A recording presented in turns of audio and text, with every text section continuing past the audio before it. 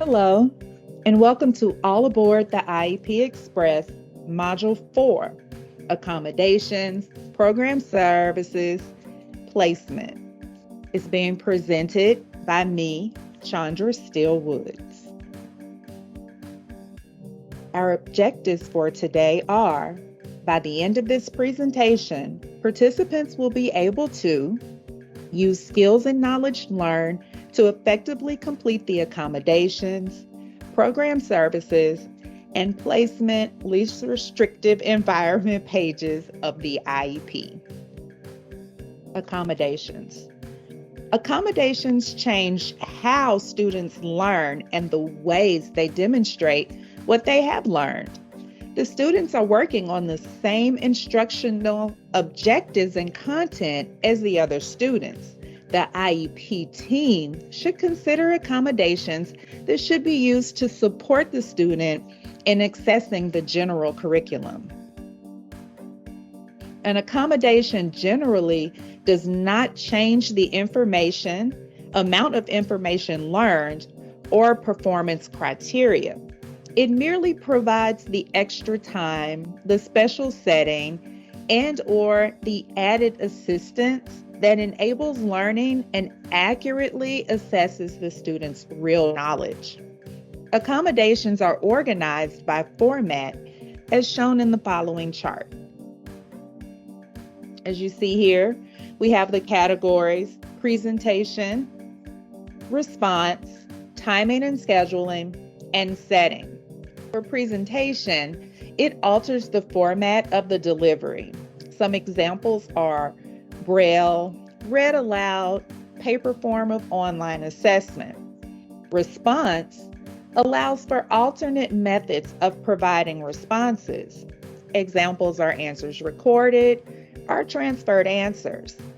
Timing and scheduling changes the allowable length of time, the time of day, or how the time is organized. Examples could be extended time or frequent breaks. Setting changes the setting, including grouping.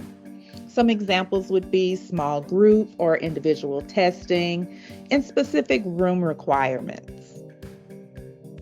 The accommodations documented for a student should be accommodations that the student receives routinely in class and are listed in the IEP as instructional accommodations. Providing a student with a test accommodation that is not used routinely in class may prove to be more confusing than helpful for a student and is not allowed. Some guiding questions. What are the students' learning strengths and what needs further improvement? How does the student's learning needs affect the ability to master the grade level curriculum?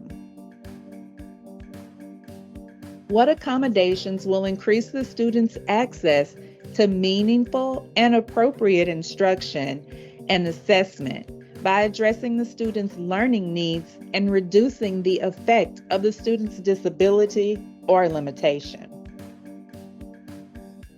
What accommodations are regularly used by the student during instruction and assessments?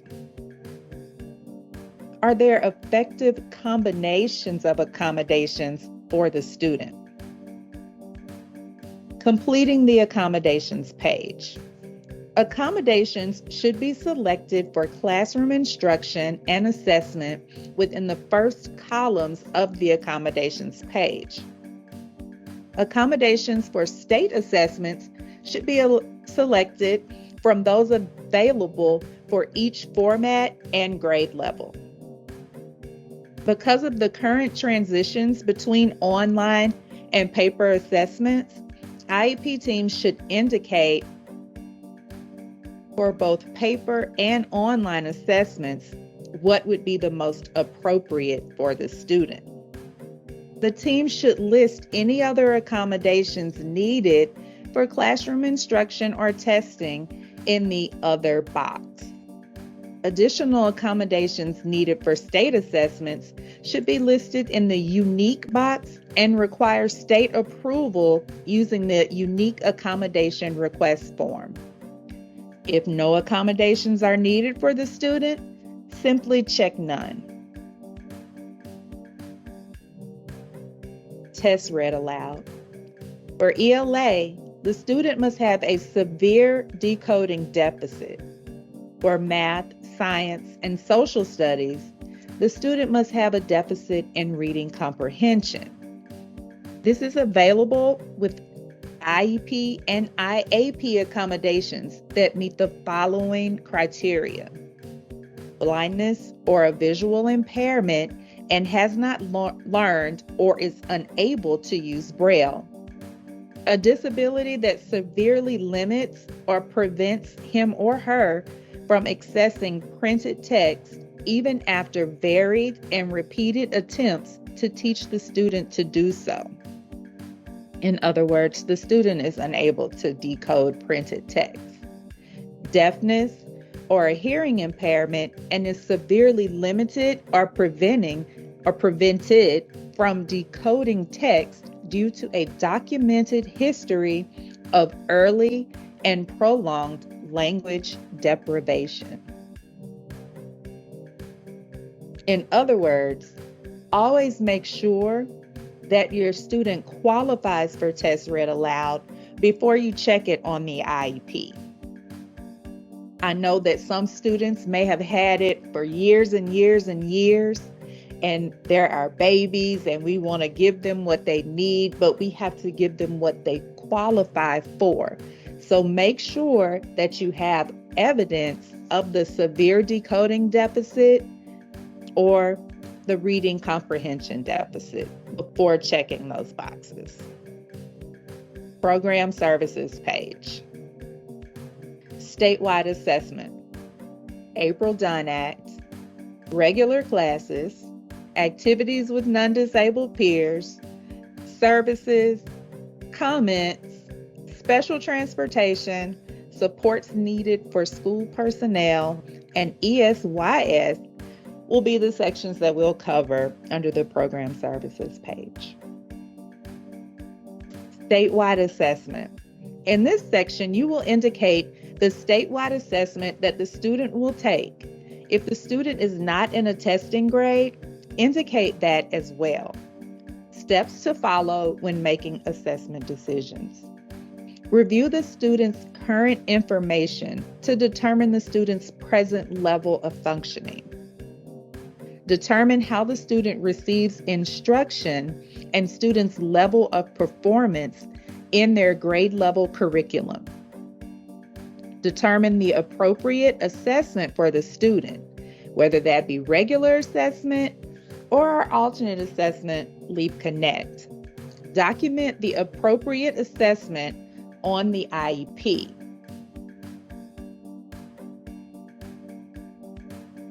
Leap Connect. These are criteria that the students must meet to qualify for the Leap Connect alternate assessment.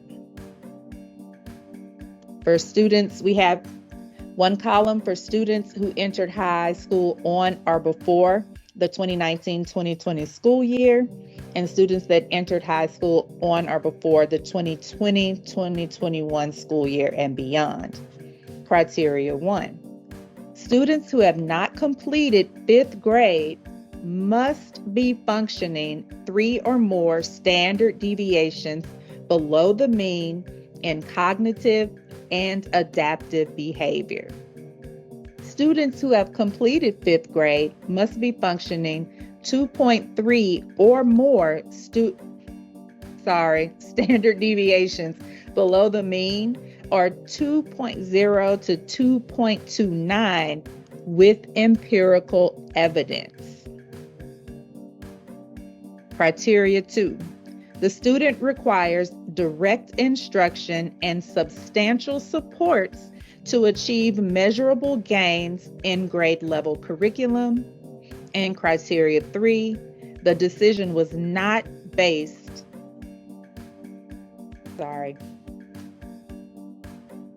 on the listed.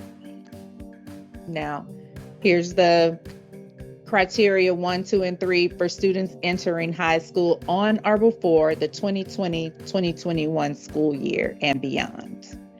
Students who have not completed 5th grade must be functioning 3 or more standard deviations below the mean in cognitive functioning. If you notice, there's a difference. The other one was cognitive or adaptive behavior. This one is just cognitive functioning. Students who have completed 5th grade must be functioning 2.3 or more standard deviations below the mean, or 2.0 to 2.29 with empirical evidence. Criteria 2.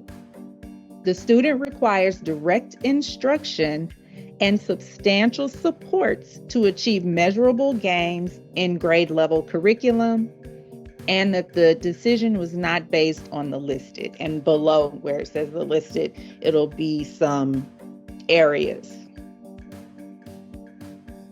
April Dunn Act. A yes or no answer must be checked for all students with disabilities. If no is chosen, you'll simply just move on to the next section of the IEP.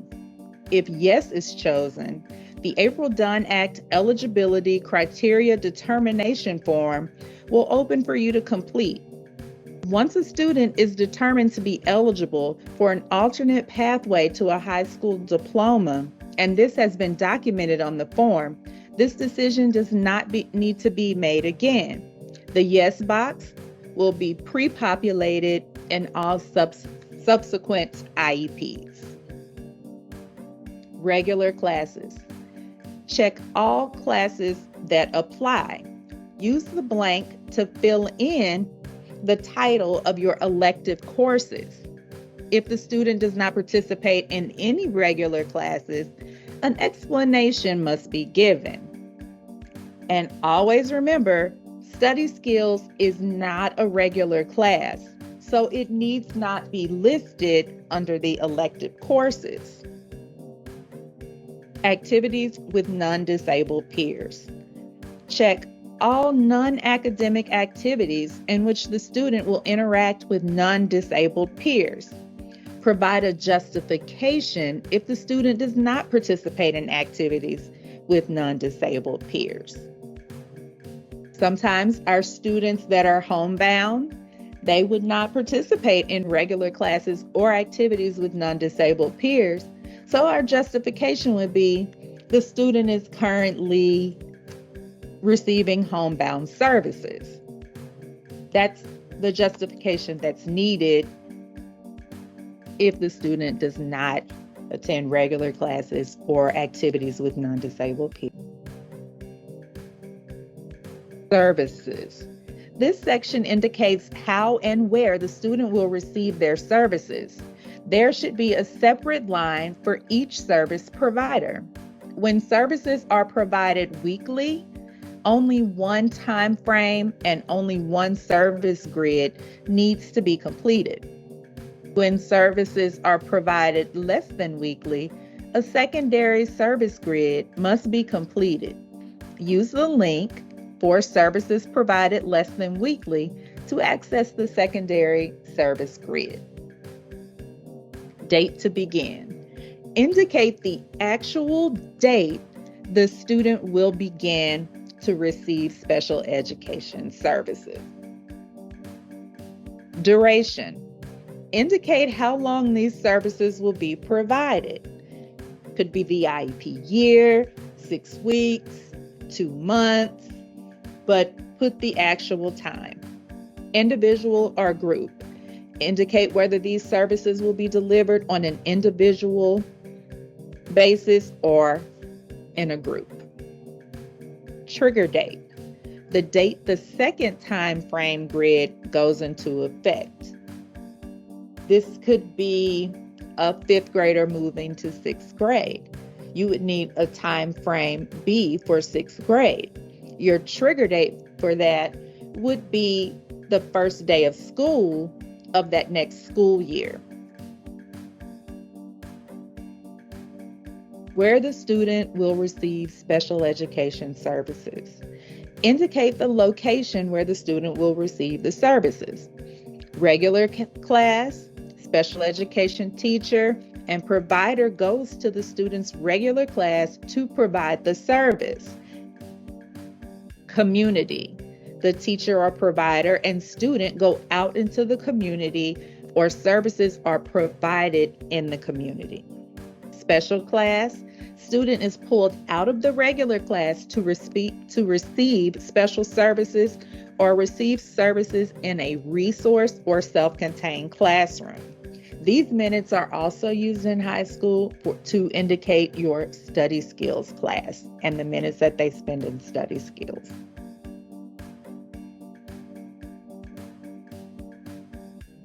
For weekly services, indicate the actual minutes per day or sessions per week of special education and related services the student will receive in each actual location of regular class, community, and/or special class.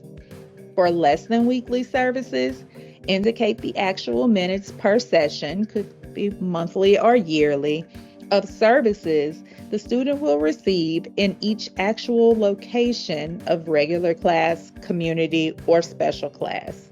If a student is attending school less than 5 days per week, the number of sessions per week cannot be greater than the number of days the student is attending school.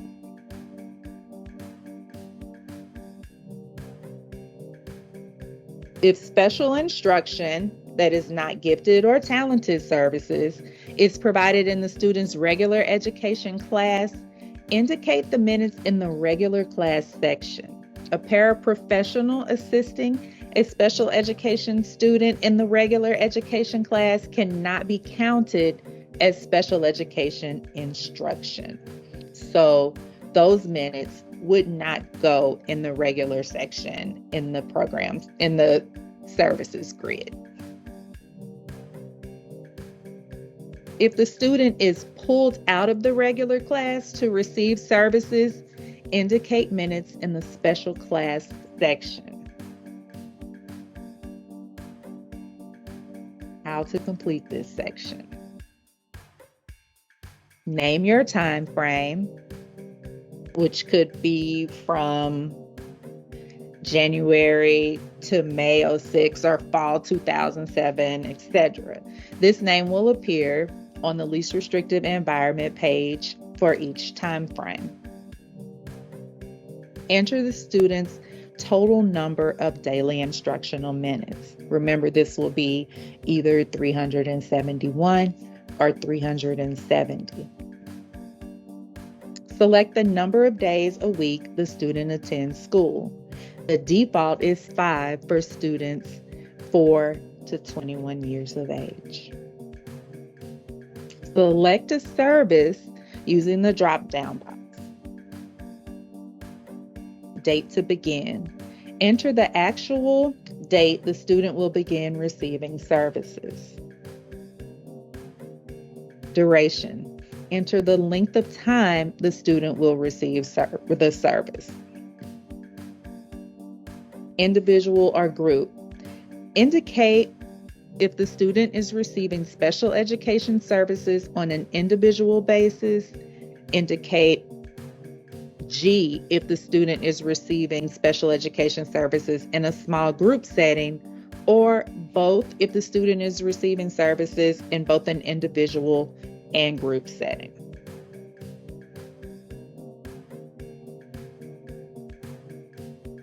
Where is the student receiving the services? Location is the site where the student will receive the services. Regular class, special education teacher, provider goes into the student's regular classroom to provide the service. Community, the teacher or provider and student go out into the community or services are provided in the community. Special class, the student is pulled out of the regular class to receive special services or receive services in a resource or self-contained room. Enter the actual number of minutes per day and the number of sessions per week the student will receive the special education service under the appropriate location. Comment section. This block should be used to add any additional information that the IEP team feels is needed to clarify a student's instructional program. Supports needed for school personnel. Describe any supports that will be required for LEA personnel who will be implementing the student's IEP. In the template, you'll see the statement below that you can use. There are no additional supports needed by personnel that would not be met through the use of district-mandated collaboration between disciplines or ongoing district-sponsored professional development. Special transportation. In this section, you will indicate any special transportation required. Special transportation should always be defined on the IEP to the extent that this service is provided in a manner that is unique and exceeds transportation requirements for students. As with other services, the IEP team should recommend transportation services in the least restrictive environment and most appropriate mode available. Examples include liftgate, special attendant, and safety vests. A description should be provided in the comments block. ESY. In this section, you will indicate the areas in which the student will be screened for extended school year services. Placement. Site determinations are to be completed if the student has been placed at your school for a specialized class or administratively transferred. This form can be an added document. The ODR must sign this form. Progress reports. The progress reports are to be completed every 9 weeks to describe the progress towards the achievement of the academic and functional annual goals. It is to be issued with the report card. Please remember that when you're doing your progress reports, we are not indicating what grades they had or how the student was doing in class. We are reporting on how they are doing with their annual goals and objectives. Alternate assessment implications. LEAP alternate assessment level 1 should be checked if they meet criteria. It has been discussed previously. We all know that it is LEAP Connect now. Age of majority. It is selected 1 year before reaching the age of majority. It will be discussed in depth during the transition module. Parent-student consent for services. Parents are to be given the Louisiana educational rights of exceptional children with disabilities. Parent gives consent for the initial provision of special education and related services. You would check this one on an initial IEP. Parents understand that if they disagree with any services of the placement described on the IEP, they can pursue a solution to their complaint through the state's written dispute resolution options. This is also to be checked on initial IEPs. Parent-student did not attend the review IEP team meeting. One common mistake that I see with the parent-student did not attend the review IEP team meeting is that this is checked when there was a virtual meeting or a telephone conference. If the parent was on the phone or the parent was there virtually, the parent did attend the meeting. This should not be checked. We will only check this if we had to do the review IEP meeting without the parent being there. Your supporting documents. You have the individual health care plan.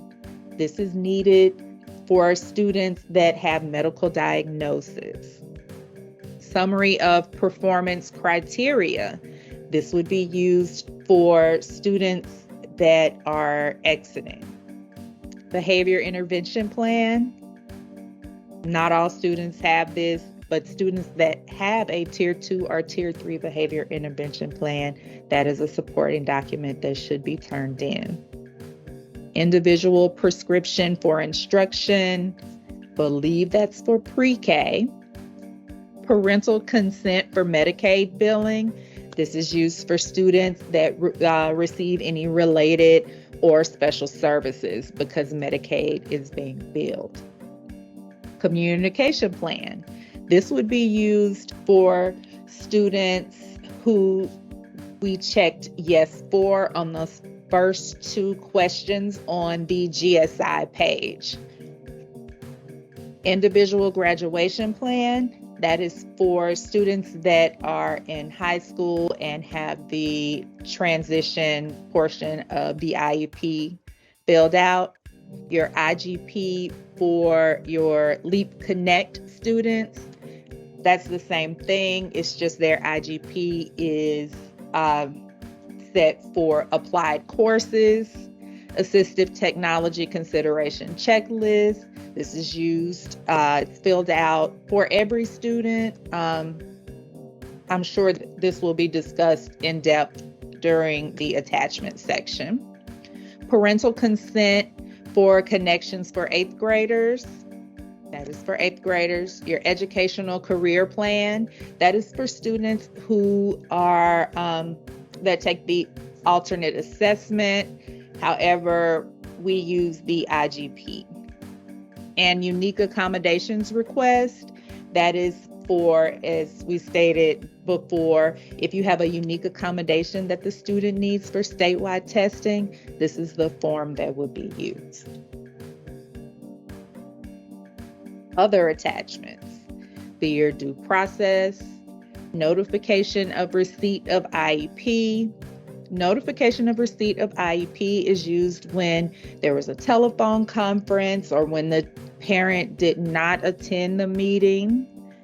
Prior notice of proposed or refused action, and then your prior notice of proposed or refused action that's given for students in the 11th grade. I know this says questions, but I hope that you had a wonderful time viewing this, and thank you.